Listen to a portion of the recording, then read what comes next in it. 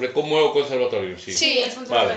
Bueno, pois este é un centro que temos ahora aproximadamente 540 alumnos, temos 58 profesores, imparte todas as especialidades da orquestra sinfónica e aparte diso as especialidades de piano, guitarra, todos os instrumentos de vento. É un centro que ten agora, acaba de cumprir 12 anos, está 12-13 anos, é un centro bastante novo. É un centro no que o profesorado é maioritariamente profesorado estable do centro, son todos profesorado funcionarios da Xunta, un profesorado dunha idade media, calculo que inferior aos 40 anos, 35-40 anos, que é un profesorado bastante novo. Atende alumnado tanto do Concello de Santiago como das comarcas limítrofes, prácticamente, o sea, de todas, en un radio de probablemente mínimo uns 30-40 kilómetros, incluso en Negreira, Zona Vila de Cruces, Illeda, Arca, Santiago, por suposto Teo, Ames, todo o alumnado. O alumnado que atendemos son alumnado entre os 8 e os 18 anos de idade, impartimos tanto o grado profesional de música, o grado elemental de música como o grado profesional, bueno, moi por encima, é o que podría decir o centro. A ver, diversidade hai a mesma prácticamente que pode haber en calquer colexio e instituto, o que pasa é que o ensino no conservatorio é un pouco distinto ao ensino tradicional, porque as clases de instrumento son un alumno e un profesor. Son clases de 60 minutos, un alumno e un profesor, entón esas clases a diversidade xa se atende directamente. A cada alumno adaptase o currículum moito ao alumno.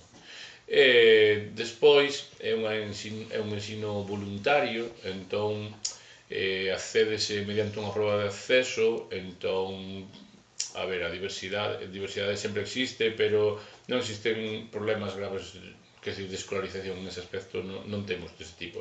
Quizás si hai alumnado con maior talento ou máis altas capacidades, pero xa o profesor de instrumento lle fai unha adaptación, entonces non hai problemas maiores en ese aspecto.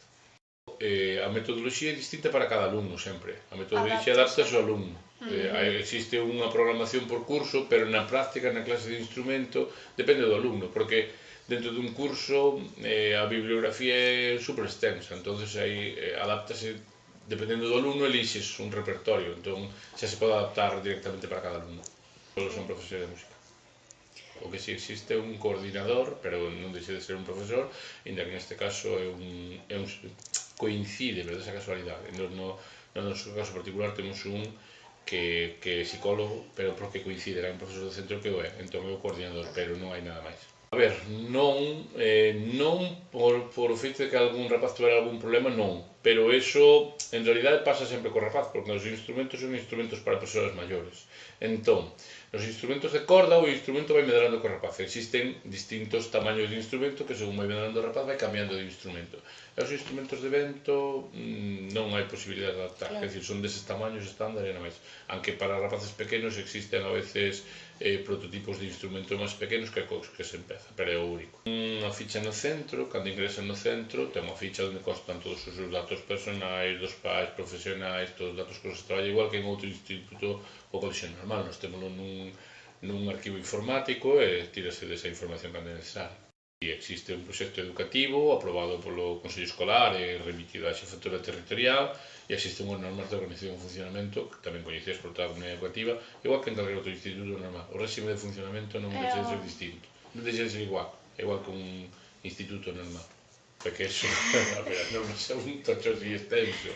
Bueno, en general.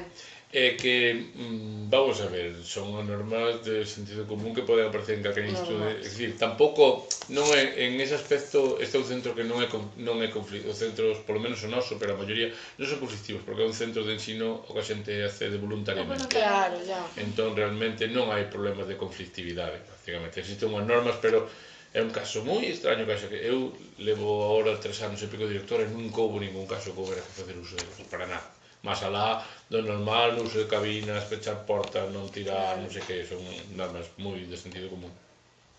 O alumno ven aquí a súa hora de clase. Cando ven o horario cal sería? O horario ten unha hora de clase de instrumento individual co seu profesor e logo hai distintas asignaturas colectivas, tanto de coñecemento da linguaxe musical, coñecemento da historia da música, formación dentro da composición musical e dentro do análise musical. Esas son todas as materias. E logo teñen normalmente, especialmente no lado profesional, unha hora de orquestra, o sea, unha hora de música de conxunto, como mínimo. Despois, moitas veces, teñen tamén música de cámara. Teñen aproximadamente entre a ver, por decir así un pouco tal, sobre 6 horas semanais, mínimo. É moi distinto se é unha clase individual ou unha clase colectiva. Se é unha clase individual, o alumno chega, xa establece contacto co profesor, e a partir de aí o profesor coordina a clase, e dependendo do curso van adaptando a metodoloxía. E se é unha hora colectiva, a ver, é similar, pero bueno, a atención é distinta, quer dicir. Xa, por exemplo, xa están con varias personas, o sea que a atención xa non é tan individualizada. Non, aí son grupos, por exemplo, nas materias colectivas, no grado profesional, son grupos de 15 alumnos, a máximo 15 alumnos, que nunca se chega. Están ao redor de 10 alumnos, entón, non deixa de ser unha clase similar a calquera outra clase de instituto, de universidade, sin máis. De ocio, bueno, sí, vamos a ver, existe unha programación xeral de actividades, hai concertos ao longo de todo o ano, tanto dentro do centro como fora do centro, o alumnado fai concertos, o sea, hai concertos prácticamente todos os días de algún alumnado. E aparte de eso, hai a veces viaxes a outras zonas, tanto da cidade como incluso fora daqui, intercambios con outros centros educativos. E de ocio, bueno, despois teño unha biblioteca onde hai basicamente bibliografía musical, como vistes a entrada hai unha cafetería e todo eso, basicamente. Hai unha AMPA, existe unha asociación de nais e pais de alumnos, eso é a primeira relación. Hai un presidente, e entón con eles xa tratamos a diario. De feito, eles además forman parte do Consello Escolar, igual que calquer outro centro normal. A parte de eso, nós temos correos electrónicos de todas as familias e das actividades que se fan no centro, das necesidades do centro e tal, difundes información por correo electrónico constantemente. Cada alumno, ademais, cada profesor ten unha hora semanal de editoría para atender os pais ou atender o alumnado que necesita. Entón, cando un pai necesita algo, sencillamente solicita unha editoría e o profesor na súa hora atende, basicamente. É dicir, traslado de información, atención directa cando cho solicitan, non, existe dentro da programación xeral anual sempre algunha medida de potenciación da figura da muller, normalmente sempre vinculada á música, en concerto, por exemplo, concerto de profesoras, a veces concerto de profesoras alumnas, exposición de mulleres compositoras, aportación das mulleres á composición ao longo da historia, pero dese tipo de plan de prevención tal non utilizamos. Sí, a ver, nós somos un centro dependente da Xunta de Galicia, entón hai un protocolo de protección de datos que hai que cumprir. Os datos do alumnado son segredos, que decir, todo é nota, cualificacións, todo eso vai sempre a través de sobrespechados, a información que manexa o equipo directivo a información do alumnado está sempre custodiada e todo eso. Sí, existe un protocolo de protección de datos igual que en aquel outro centro, que se cumple, que ven directamente o protocolo de protección de datos está creado pola Xunta e faise así constantemente. Sí, existen, a ver, nós temos aquí, bueno, hai, pero sí que hai, temos tido incluso problemas, por exemplo, de distintos graus de autismo, temos alumnado, tivemos, por suposto, alumnos con trastorno de TDAH, temos tido. O problema, a cuestión é que normalmente esos alumnos teñen un orientador no seu instituto, a veces no colexio, entón estás en contacto con eles, coordinas con eles, e a través dos pais, e como na maior parte dos casos son asignaturas individuais, pois en ese caso xa a atención xa é individual, non fai falta, é unha atención individualizada. Pero sí existen rapaces con distintas disfuncións, sí. Depende do caso, depende da necesidade que fora. Me explico, se é un rapaz, que o rapaz ten talento, toca moi ben, digamos que desde o punto de vista musical cumpre os parámetros, calquer outro tipo de adaptación que se facer faiselle, vale? Ahora, o que non está contemplado ou en principio non se fai é dicir, porque un rapaz teña necesidades educativas especiais non se lle abre a porta para que veña. Claro, sí. Estamos, ahora, habría que estudiar cada caso en concreto, vale? Pero o que sí pode pasar é que rapaces con...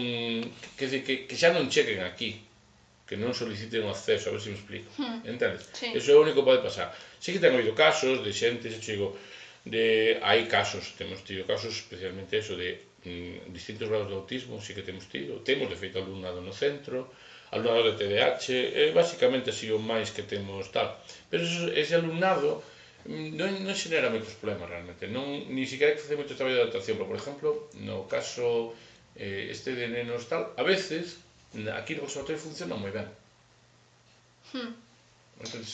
Funciona moi ben, entón non si para as súas materias e para o seu tal, o único que se fai é establecer contacto co orientador, establecer contacto con alguén que o siga, se o sigue desde o punto de vista médico, falase cos pais, estableces un protocolo de acordo cos pais, e se houbera, que hasta ahora non se dou un caso, que facer unha adaptación curricular, pois faríase, pero xa eso xa é de acordo con a inspección educativa, de acordo co psicólogo, co orientador que o leve, de acordo co médico que o trate. O sea, se o hai que facer faise, pero na práctica, aquí nunca se nos dou. Ahora sí, existen os protocolos, porque potencialmente podría pasar. Hai un rapaz que pode chegar aquí, entrar sin ningún problema, e despois ter algún tal. Pasa que na práctica ainda non se dou. Existen protocolos para facelo, pero nunca se dou ese caso. A ver, hai dous tipos. Un é a proba de acceso para nenos de 8 anos. Existe unha proba de acceso porque a demanda é moi superior á oferta de plazas que se pode facer. Entón hai que seleccionar. E a Xunta ten regulado un sistema de probas de acceso. A proba de acceso, o que mide, en teoría, que é moi difícil de medir aos 8 anos, a predisposición, a capacidade que pode ter o neno para asimilar coñecementos musicais, que é sempre moi cambiante. Eso é moi difícil. Pero bueno, entón o que se fai é unha proba na que non se miden os seus coñecementos. O que se mide é a súa capacidade rítmica, capacidade de cantar, capacidade auditiva, capacidade de repetir ritmos. E de acordo a eso estableces un baremo, por orden, sen máis. E logo existe a proba de acceso a distintos cursos, que xa é de acordo ao currículum do curso. Se o rapaz quer acceder, por exemplo, ao grau profesional, por exemplo, ou a calquer outro curso do grau elemental, pois faise unha proba de habilidade, o sea, aí xa de coñecementos e de habilidade. Se o rapaz dá o nivel, pois entra, de acordo, por exemplo, hai 3 plazas para clarinete en terceiro de grau profesional, pois a xente que ven preséntase, establecese un orde, e os 3 primeiros entran, os 3 seguintes van entrando e se quedan huecos.